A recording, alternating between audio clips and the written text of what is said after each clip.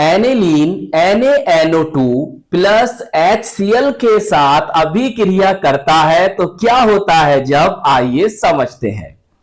प्यारे बच्चों, बहुत ही फेमस रिएक्शन है ये। इसका नेम क्या है मैं आपको बताऊंगा, पहले समझ लो रिएक्शन। देखो भाई, इस तरह से बनाइए एनिलीन, ऐसे ऐसे, सही।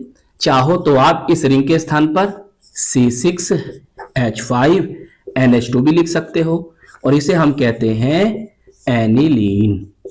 या प्यारे बच्चों, हम इसको एमिनो बेंजीन भी कह सकते हैं, हम इसको फेनिल एमीन भी कह सकते हैं और हम इसको बेंजीन एमीन के नाम से भी जानते हैं। सही, नाम याद रखे करो, किसी भी नाम से पूछ सकता है। NaNO2 लेना है और हम यहां पर 2HCl ले रहे हैं। देखो यहां पर जो टेम्परेचर हमें करना है 273 से 278 केल्विन, 0 से 5 डिग्री सी भी लिखकर दे सकता है आपको। देखिए रिएक्शन आपको किस तरह से याद रखनी है उसे समझो।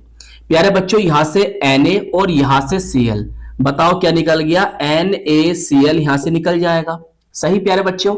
अब देखो यहां से एक H लो और इसके साथ मिलाओ, बताओ क्या बनेगा, HNO2 बनेगा। सही है, क्या बनेगा, HNO2 बनेगा, HNO2 बनेगा। अब देखो यहां से अभी एक HCl बचा हुआ है, याद रखना।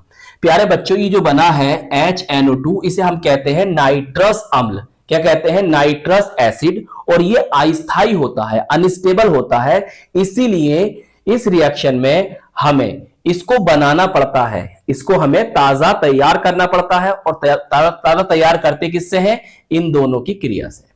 समझ रहे हो बात। तो देखो अब किस तरह से आपको रिएक्शन याद रखनी है उसे समझिए।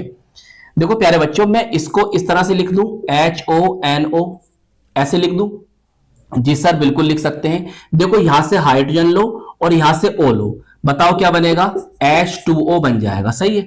अब देखो यहां से H ले लो और यहां से ये OH ले लो, तो क्या बनेगा, H2O बनेगा। इस तरह से 2H2O यहां से निकल जाएंगे।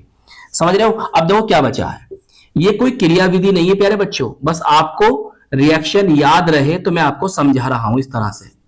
देखो यहां बचा आपका N, सही है, और एक N ये है तो बन जाएगा N2। सही, और यहां से बचा एक Cl, इसको यहां पर लगा दीजिए। सही, ये पॉजिटिव और ये नेगेटिव। क्लियर। इसे एनिलीन कहते हैं और इसे हम कहते हैं बेंजीन डाई एजोनियम क्लोराइड। सही प्यारे बच्चों। तो देखो एनिलीन जो है वो बेंजीन डाई एजोनियम क्लोराइड में परिवर्तित हो गया है, तो इसलिए हम प्यारे बच्चों इस रिएक्शन को डाईएजोनीकरण अभिक्रिया, डाईएजोटाइसेशन रिएक्शन के नाम से भी जानते हैं। चलिए नोट कर लीजिए, आपकी रिएक्शन